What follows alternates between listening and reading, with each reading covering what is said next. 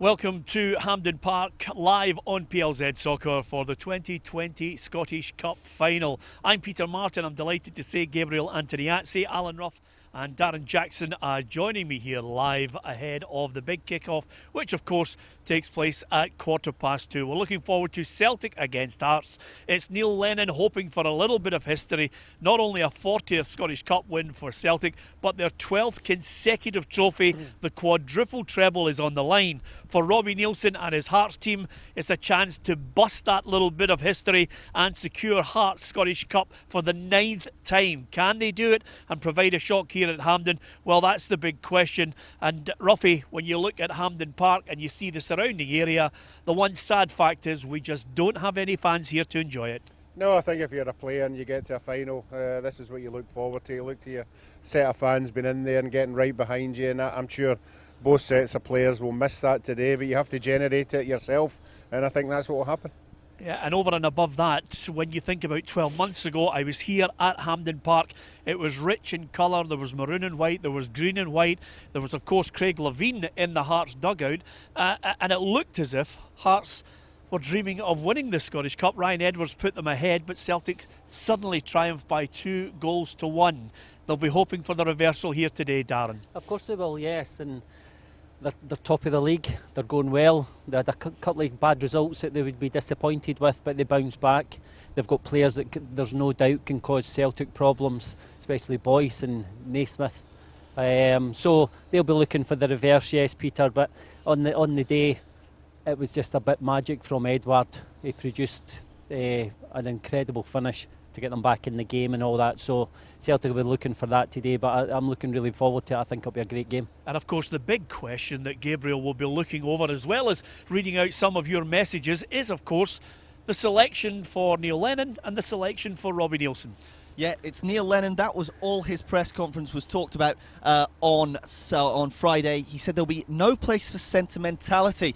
Now, the big talking point is, of course, the Celtic midfield. We've seen Ismail Assoro and David Turnbull come in the last two games, and they've won both of those. They're on a run of just 2 wins in 12 before that. Scott Brown, Tom Rogic, Ryan Christie, Olivier Cham had a win playing before that, but have dropped out. The question is, who will he go for? I will be on your comments, your predictions all day. A quick shout out to a few people: Fiona Doherty, Lindsay Storia, Niall Kane, John McIlvenny. Good afternoon to you all. Don't forget to send us your team lineups first. We'd like to hear them before we hear your score predictions as well.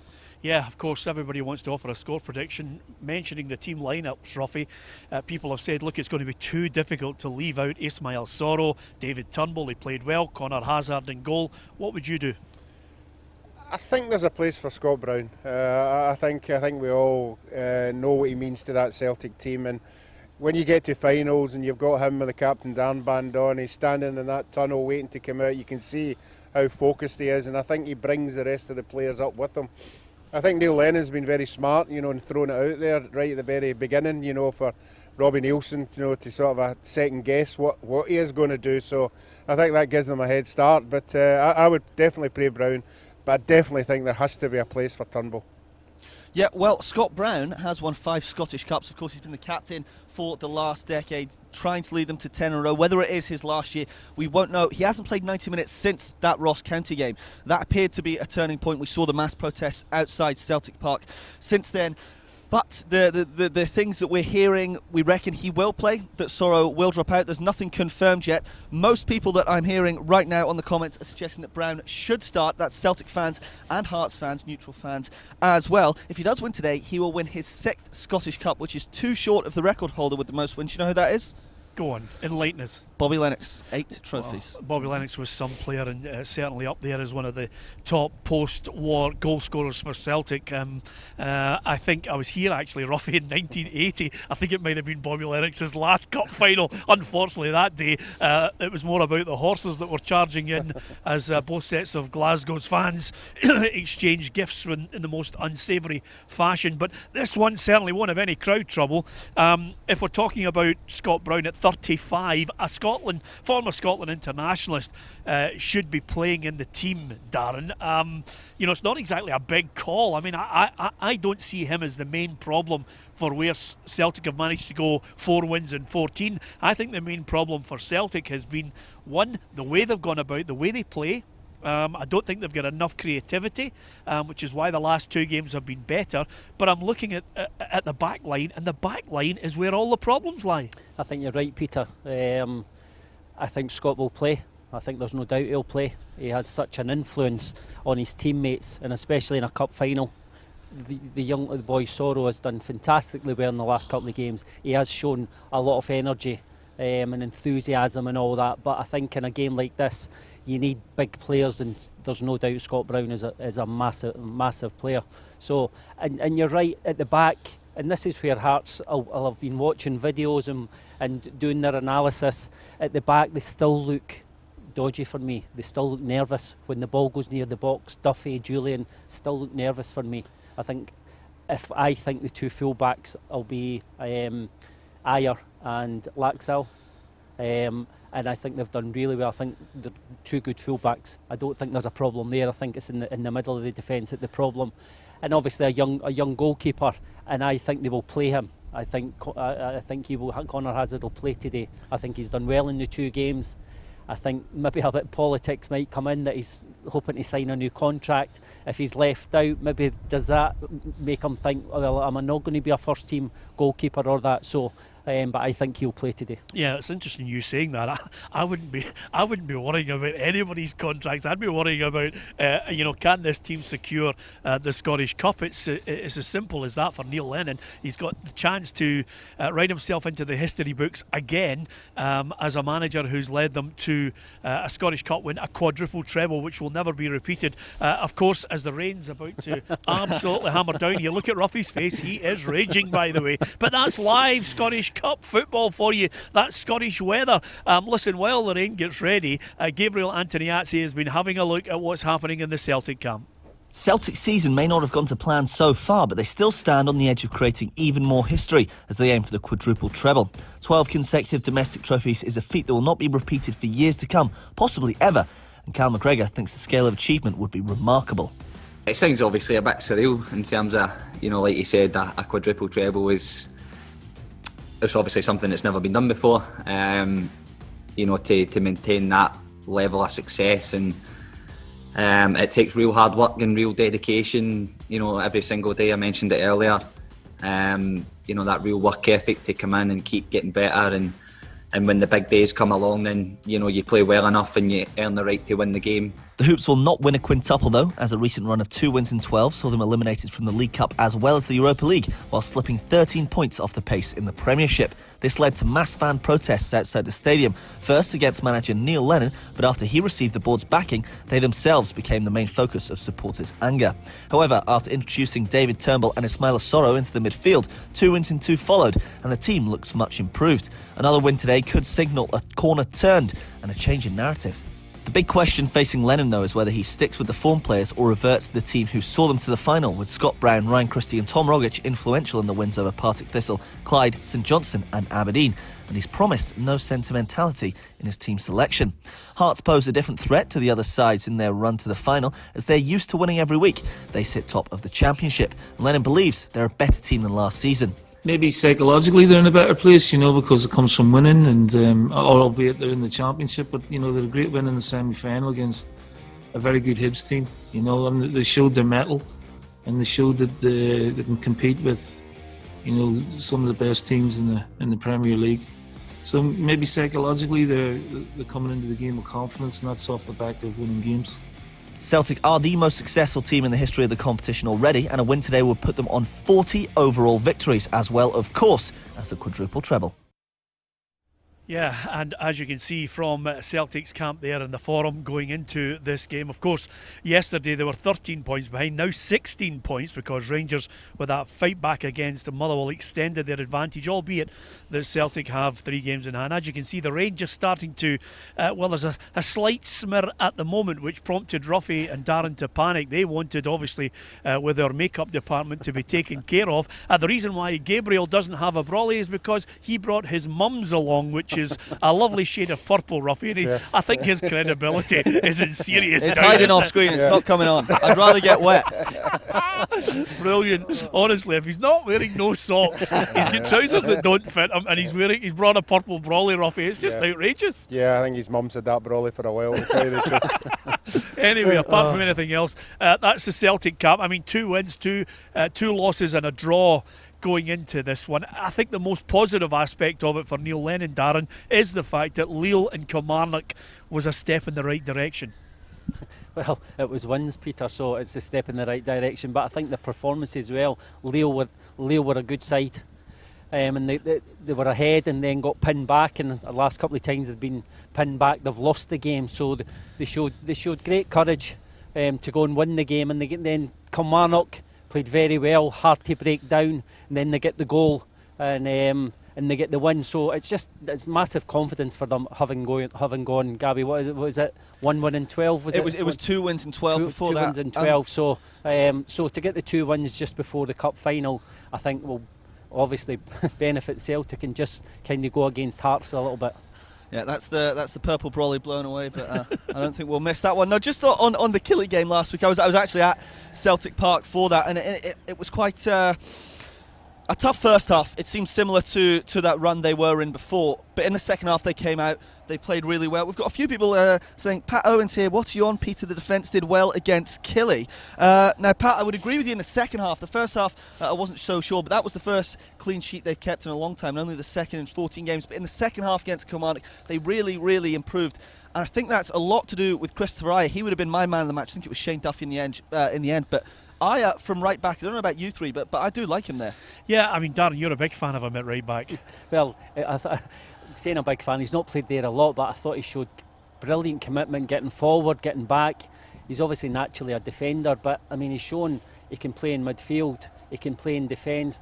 The defence just now isn't looking the most solid, but I thought he was very, very good at right back. Yeah, listen, I mean, I do not believe for 1 minute that that's the noise that's being made by the sound system at Hampden Park. The noise in the background that you would associate with a Scottish Cup final day with fans singing is actually a large contingent of the Green Brigade. And Peter, it's just the Celtic buses just passed there, and it's just gone in. Yeah, I think the main shock of it all, though, is the fact that there are supporters here. Gabriel, they were always going to try and organise a get-together here at Hampden, try and socially distance.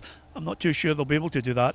Yeah, I'm not too sure. It was plenty of cheering. It was just as the bus arrived. I think we can safely assume that was the Celtic bus. Still nearly 2 hours to go till kickoff, but they are turning out in their droves against guidance. But obviously there will be none in the stadium. Just you going in, isn't it, Peter, from us? Just one. Well, it's incredible. I mean, that's the nature of it, because the media are only allowed one representative per organisation. It's not ideal, but when you consider what's happened in the last 24 hours in Scotland, Ruffy, shut down again, Tier 4 facing everyone, and of course only one day at Christmas we all get together. You can understand why there needs to be a real safe approach, especially in sport, but I don't think the Green Brigade and anyone else who's decided to turn up here today are paying a blind bit of attention to it, which is worrying. No, I don't think they'll get in to Hampden. Hampden's quite cordoned off, you know, there's a lot of entrances that will be obviously have a police presence, so I think they'll be doing it from the outside rather than at the steps of Hampden. But you're right, but it just shows you know how much we need football at this moment in time, you know, the mental health stuff. This will bring a lot of joy to a lot of people in the house just now, you know, this game, and I think it's very important that we take what this game will bring to everybody.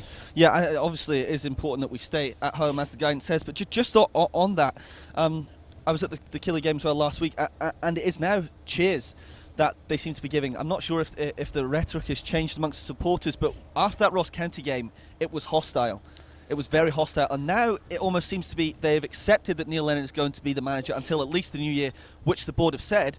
The cup final, the Old Firm game on the 2nd, and it's more back to support. Obviously, it's probably not the right way to go about it, breaking the rules, but it seems that they are getting behind their team. Yeah, Neil Lennon will be the manager up until the January 2nd game against Rangers at Ibrox, and that really could be D-Day for Celtic in their hopes to try and somehow get back into this title race. But it's all about silverware today, it's all about the Scottish Cup, and coming up against Celtic to try and deny them the quadruple treble is, of course, Hearts from the east of Scotland. Let's have a look at how they managed to get to the Hampden final. Hearts come into the game with little to lose and are aiming to become just the 4th team from outside the top flight to lift football's oldest trophy. The Jambos have won 3 of their last 4 and are top of the championship, but manager Robbie Neilson is aware that today poses a very different challenge and possibly a change of tactics. We're going into a game where we're not the favourites. We've played in the league and even the cup to an extent. We're overwhelming favourites most weeks, so you have to understand that we work on the defensive side a bit more, but still have an attacking threat. The Jambos have strength in depth and plenty of options from front to back, with Christoph Berra now back in the limelight and likely to play. He missed cup wins against Adrionians, Falkirk and Rangers with his loan spell to Dundee, and he watched on as Craig Gordon's heroics against rivals Hibernians sent them through in the semi-final. He's backed Gordon to make a difference again today. The centre-half is also wary of their opponent's ability, but he knows Hearts have a good chance. We know that, yes, everyone thinks it's an opportunity, which it is, but on the other hand, we have played this game long enough that Celtic, they've got players who've been there, done it. The Tynecastle club are the 4th most successful team in the competition with 8 victories and most recently won here in arguably the club's greatest day in 2012, whilst Neilson and Berra were involved in 2006 win. Another man who's won the cup is Stephen Naismith, and lifted it again as captain will be right up there with his top achievements. For me, it's as simple as it's an opportunity to win a trophy, to have that stat next to your name, like I have done for the other trophies that I've won. That is the biggest thing that drives me, simple as that. Victory here would cap surely the most bizarre season in Hearts history. Managerial changes, drama, demotion, and now possibly the Scottish Cup. The story of Hearts getting to the Scottish Cup final again. 12 months ago they were in the Scottish Cup final with Craig Levein as manager, and then that 12 months was absolutely incredible, Ruffy. You could not have written the madness that was about to unfold. Of course, Levein eventually replaced by Daniel Stendel, and then eventually on to Robbie Neilson. But within that 12 months, it was a team that couldn't pick a win, a team that couldn't get off the bottom of the table. Coronavirus hit, suddenly they were relegated, suddenly there was no plans for reconstruction, and suddenly Hearts were starting the season in the Championship. Yeah, and they had to start from scratch. Obviously, manager coming in brought his style to the team, brought in some new players, and I have to say that the players he's brought in have been very impressive. I think they've done well, since they've come in. They've handled the situation. I know a lot of clubs wouldn't have, getting relegated, but they've came in, and I have to say they have been playing good football.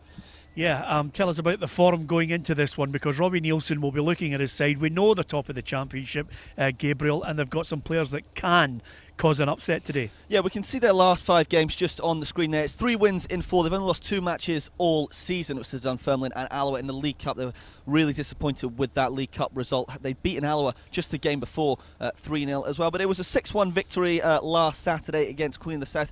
And they do look back to their best. I think it's such an interesting dynamic coming into this game, because so rarely do you get 2 teams, unless it is an Old Firm final, that are so used to winning. Because they're in the Championship, they are used to coming out and being the dominant team every week. So when we heard from Robbie Neilson earlier in the week, he said perhaps it is going to be a change of tactics because they're used to dominating games. So when we were speaking before the game, Darren, you said they might be a little bit more defensive, didn't you? But I think they'll go like that as well. Perhaps a 4-3-3 attack, 4-5-1 when defending. Well, I actually said that they could, what I think they'll go the same as Celtic, is a 4-2-3-1, which can just drop back into a 4-5-1. But you're right, Gabby. I mean, it doesn't matter. Ruffy knows what it's like when you're in a league, the league you're in. If you're winning games and scoring goals, you're confident.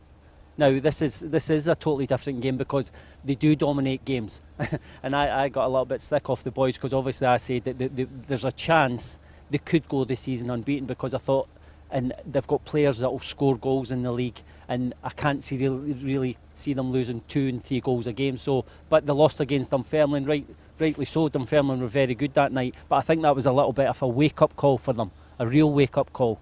And but they'll come here confident. As Peter said, as we said before, they've got players that definitely can hurt Celtic, and it's in the forward areas obviously, and it's how Celtic defend, and it's how confident they are about going against them. I think the key players for Hearts, Ruffy, undoubtedly our own pundit Stevie Naismith is going to be key. Boyce and Whiten are the top scorers with 5 goals. But I'm looking at the man at the back, and you as a goalkeeper will know I was gobsmacked that Celtic let him go in the first place. But Craig Gordon is key for me. He was the standout player in the semi-final for Hearts against Hibs with 2 fantastic saves, and I wouldn't rule that out again today. He's going to have to be on top for him. Well, the reason that Hearts are here today is because of Craig Gordon. You know, the one save in particular was world class, but there was other parts of his game as well that helped Hearts through the sort of a sticky situation. Let's not kid ourselves on that Hibs were the better team that night, you know, and they dug in, and that's what they'll have to do today. I think Celtic will be going at them, you know, they'll have to defend properly. And you're right, Craig Gordon could be the hero of the day, and he will have to make these important saves again. Yeah, a lot of praise for Craig Gordon on here on our Facebook Live. Keep your comments coming in. Let us know your Hearts lineup as well. We were saying that we think Conor Hazard is going to play in goal. Obviously, Celtic in a mini goalkeeping crisis. We've had Scott Bain and Vasilis Barkas as well. Would Craig Gordon be starting for Celtic today if he was still there? I think Craig should still be there. I think Craig's the best keeper going about. Just Alan McGregor's a fantastic keeper, but Craig was the best keeper at Celtic, and I was very, very surprised they let him go. So yes, he would have started. Yeah, Ruffy? Oh, most definitely. I don't think the people behind the scenes at Celtic really appreciated, you know, we don't know the ins and outs, you know, what was going on contract-wise, things like that. But as a goalkeeper, he's a main man, you know, and goalkeepers make saves, but he makes the big saves, you know, and that's important when you're playing with a team like Celtic. Yeah, so Craig Gordon, we know, is an absolute stonewall certainty to start, but this time with a maroon badge on his heart. Of course, he was a Hearts fan to start with, and he won so many honours as a Celtic goalkeeper, and I think the Celtic fans really appreciate his contribution. But it's a big dilemma over what Celtic are going to do as far as team selection. We'll bring you the team news. Give us your thoughts on it. Scott Brown, will he be the captain with that stony face, leading out the team against, of course, Hearts with Stevie Naismith driving them on? I mentioned Naismith, the reason why he's such a key player to them, Ruffy, it's not just about the fact that he can score goals, but I think it's his overall link-up play. I think it's his contribution to making sure other players are playing at the top of their game. I think it's the great quality that he has, that he can referee a match, even although the referee doesn't think he's refereeing it.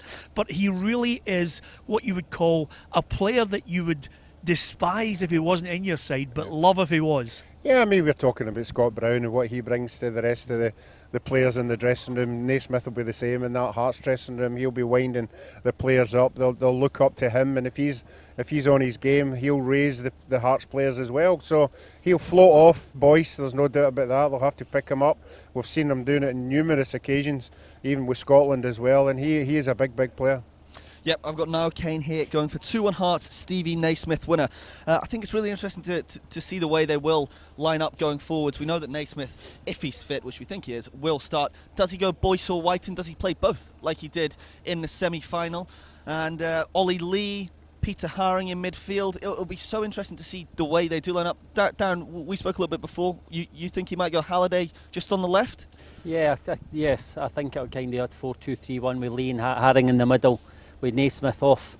Listen, I was doing the semi-final, and obviously no fans here. You can hear everything.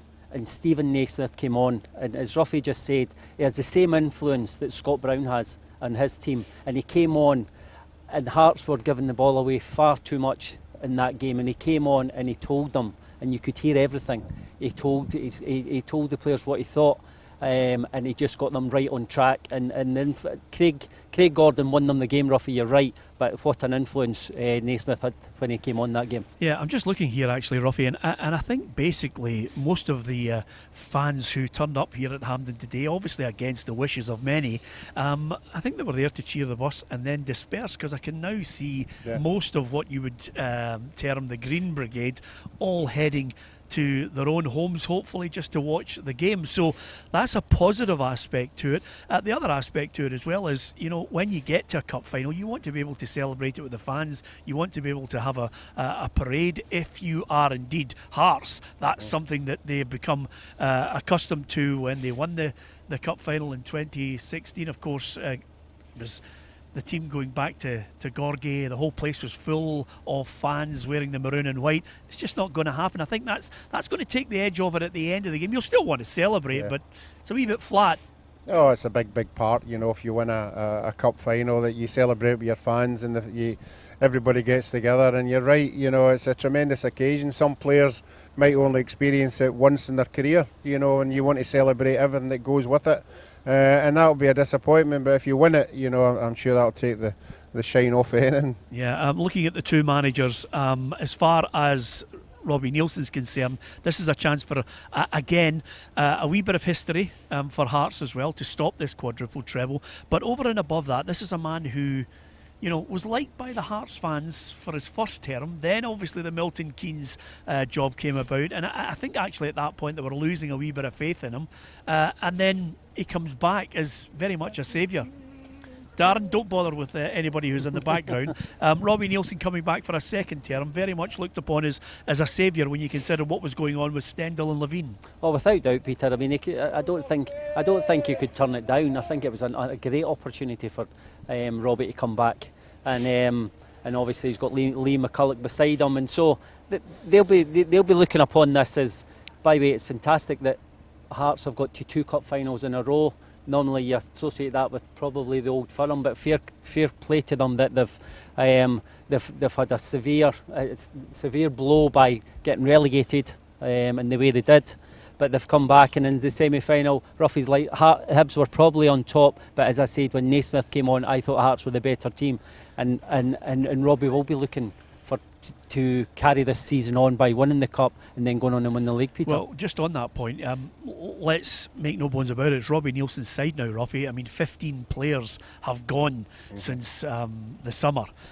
Stendhal's side dismantled, Levine's mainly side dismantled, and he's brought in his own players. And the 4 key players that you're looking at, he's got Haring back, he's got Naismith there, he's brought Halliday in, Ginelli he's got from Preston on a loan deal as well. So he's got players that can make a difference and increase the quality of what they had before. I think he's managed to get rid of quite a lot of the dross that I couldn't believe he'd actually signed, and he has a rejuvenated Whiten, because I thought he was going to be a top player at Dundee, had a bad injury and has come back. So suddenly it's definitely Robbie Neilson's side, and they play the way he likes them to play. Yeah, there was a signing policy at Hearts for a long time there. A lot of foreign players coming in, and not only coming in 2s and 3s and 3s and 4s, and they were going right into the team. Just was the harmony wasn't there. So I think he's identified players that know what it's all about to play for Hearts, and they know what it's like to play in Scottish football. So I think he's bought very, very wisely, and I think they've got quite a strong side. Yep, plenty of love for Hearts as well. People agreeing with you, Darren. Jim Ross, well said, Darren, with the Hearts emoji. Div Tate says, let's do this, Jambos. And we've got Sean Maxwell, 2-0 to Hearts. Robbie Neilson, of course, a player in the 2006 Cup win as well.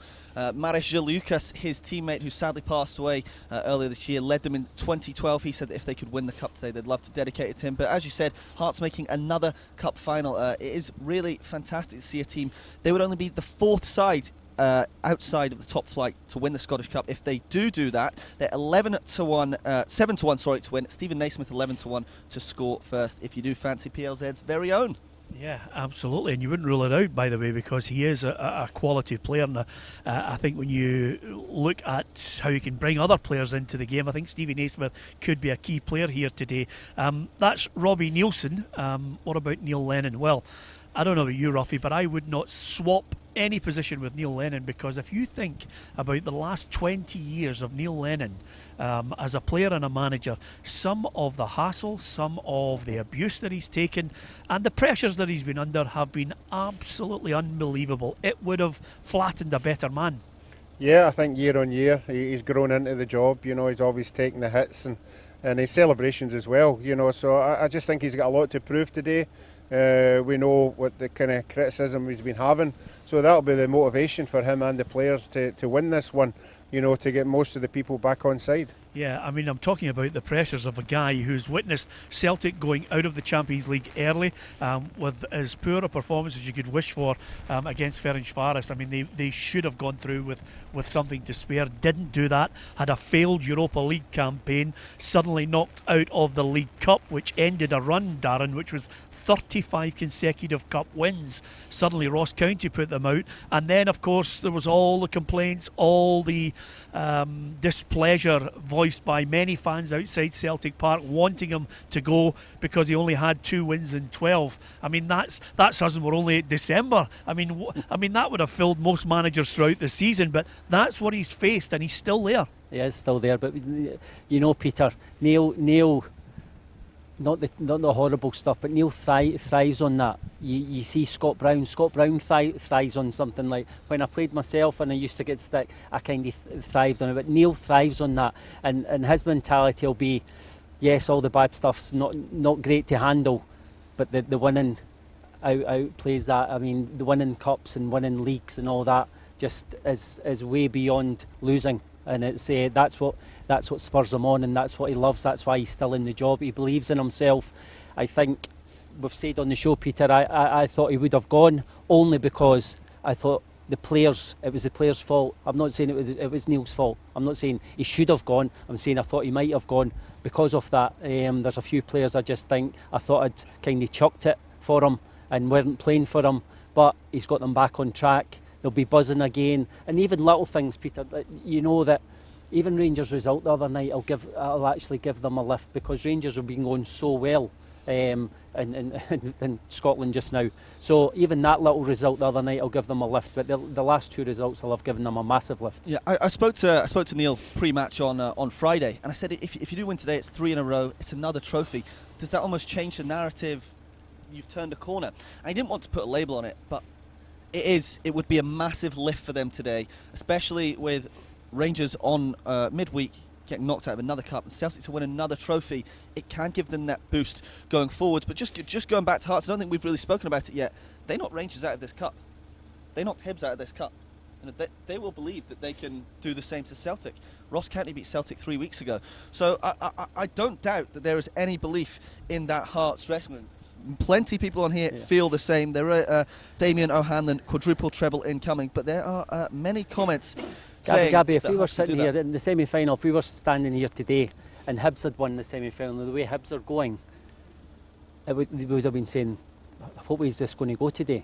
Now Hearts knocked them out the semi-final, and Hearts are top of the championship, but they're scoring goals and they're going well. That's why Hearts they'll give themselves a chance today.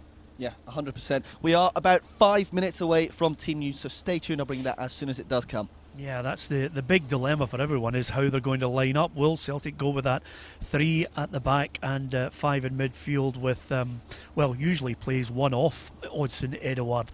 And the big dilemma is, if it is 3, will it be Ayer, will it be Julian and Duffy, and then Laxalt and Frimpong?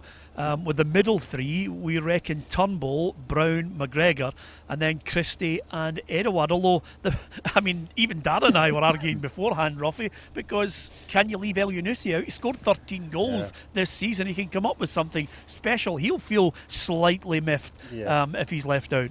Cup finals for me are all about big players that win you cup finals. Elyounoussi comes into that bracket. He's got a lot of quality. We saw Christie doing it. We've seen McGregor even doing it in cup finals. So for me, there's a lot of firepower in that Celtic team going forward.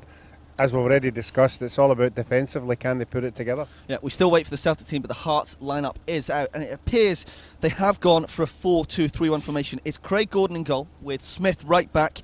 We've got Berra and Halkett in the middle with Kingsley left back. Now, it seems they're playing Aidy White left midfield. Whether it is him or Kingsley left midfield, that looks like what they're going for in a defensive mindset. Walker on the other side, Halliday in the middle, Irving as well. He gets a nod ahead of Peter Haring. Naismith will captain the team with Boyce playing up front as well. Very interesting. Well, the one message that tells me is quite simply that he wants to go for a bit of pace. He wants Irving in there to try and unlock that Celtic defence. He wants basically this Hearts side to have a go. I mean, that for me is a couple of surprises there, Darren. Yes, I'm surprised. I've had Andy with the Scotland 19s, Peter. Fantastic footballer, great in the ball, and that's obviously what he's going for. He's going for players who, and I don't mean the others can't, but boys who are specialise in passing the ball, and Andy's definitely, that's his massive strength, is keeping the ball. And you know, against Celtic, if you keep giving the ball, it just becomes waves of attack, and so that's why he's obviously got Irving in there. Yeah, I can bring you the Celtic team news as well. They go 4-2-3-1. It is Connor Hazard in goal. It's Julian and Shane Duffy centre half. Christopher Ayer keeps his place at right back, but it's Greg Taylor who starts at left back ahead of Laxalt. Laxalt is on the bench, so it's a straight call for Taylor after his impressive performance last week against Kilmarnock. Scott Brown starts, captains the side in the midfield with McGregor. In front of him, David Turnbull keeps his place as we expected. It's El Yunusi, the top goal scorer, left, Christie on the right, and up front, Odsonne Edouard. Well, Ruffy, your reaction? I was impressed with Taylor. I said that during the week. I think he'd got a wee bit of his form back.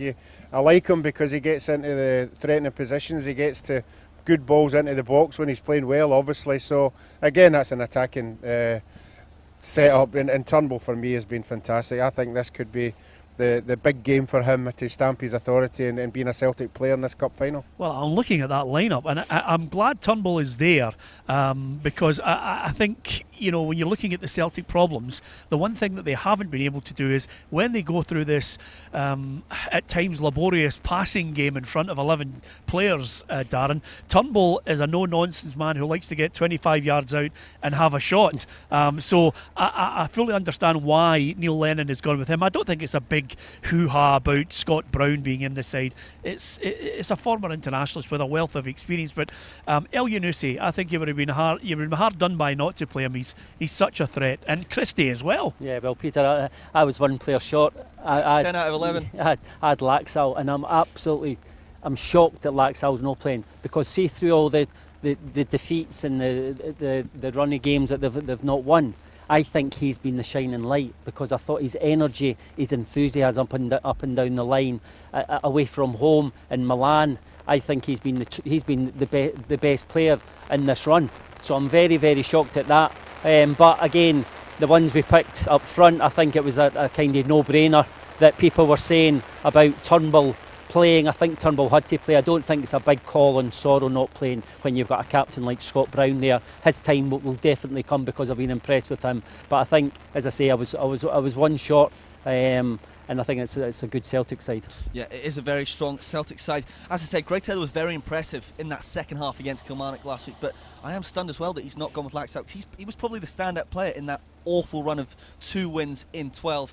But it is a fantastic day for David Turnbull. The impetus he's given to the side almost reminds me of, you remember when Ryan Christie came into the side in the League Cup semi-final against Hearts at Murrayfield, and that was when Christie finally burst into the team. He scored 1 or 2 that day, and he was in from then. So, you know, give me corners, give me free kicks, I'll take penalties, and that's what Turnbull does as well. And his set piece delivery adds a new dimension to what has been a poor attacking threat from Celtic so far. Yeah, and just highlighting, Ruffy, that particular game, that was when Stevie Naismith picked up his injury. That was when Hearts.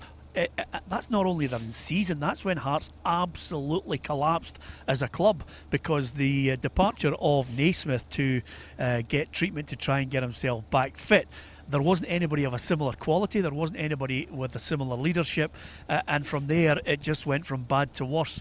2 managers later, we're now with Robbie Neilson. We've now got Hearts fans looking at that side there. We mentioned Irving being in there.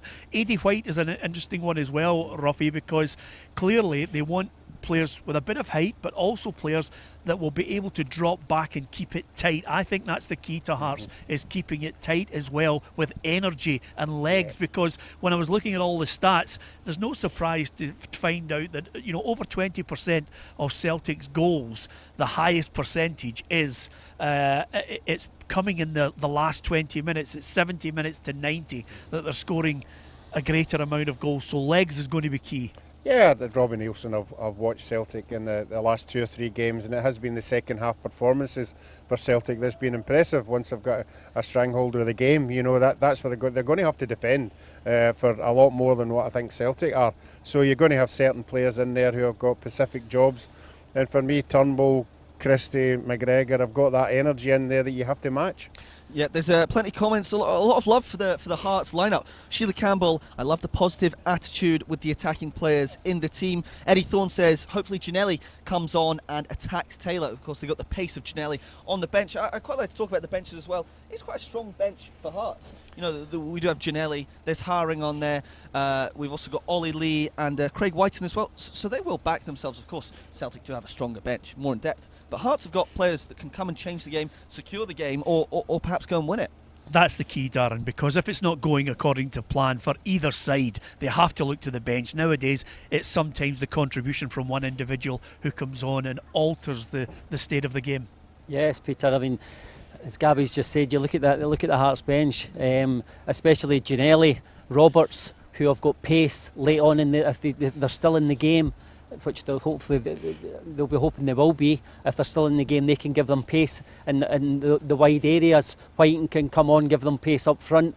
But if you look at the Celtic bench, we were talking about before, Peter, when you've got Rodgick, Griffiths, Klimala, Ajeti, Mikey Johnson, Laxal, Frimpong. So, do you know what I mean? So nowadays you look at the benches and you think that's what makes a good team. And both teams have got strong benches. Yeah, I've got to say thanks to all the Hearts and Celtic fans and the neutrals who've been posting messages on our Facebook. Gabriel and myself will be back after the game, bringing you reaction from the managers, the players, and of course we'll be assessing the 90 minutes and possibly more in the Scottish Cup final of 2020. Hard to believe that it's taking place on December 20th when the country is on the verge of going into Tier 4. Most of us can't get out and enjoy cup finals, so hopefully we will be able to interact with you. You can give us your thoughts on the cup final, the best players, the mistakes made, where it was won. We'd love to hear from you on our Facebook, our YouTube, and of course on our Twitter channel. It's PLZ Soccer. And before we go, I think it's all about predictions. It's the big call. Celtic look the stronger. Of course, Hearts come into it on a high. They're at the top of the championship. Can they produce that little bit of magic to secure their 9th Scottish Cup win of all time? Well, let's find out. Darren, give us your prediction. I think Celtic Hearts will cause Celtic problems, Peter. But I just think the last two results have given them a major boost. Turnbull's given them a major boost. Their captain coming back, who, as I said, had such an influence, and I think it'll be 2-1 Celtic. Ruffy, I'm going 2-1 Celtic. I'm sticking with my prediction from Friday. I think they might just edge it. It depends. I think Hearts have to score first in this game to have any chance of winning, and then obviously show their defensive qualities, and the leadership of Stephen Naismith and Craig Gordon are key for me. But as far as Celtic are concerned, El Yunusi and Edouard could be the main men. Yeah, I was just going to say that there. We've been talking about Turnbull and Christie and McGregor and El Yunusi. We haven't mentioned Edouard. You know, this is a big time player. This is a cup final. We know what he can do. I think he'll be a big player today. I think Celtic will win 2-0.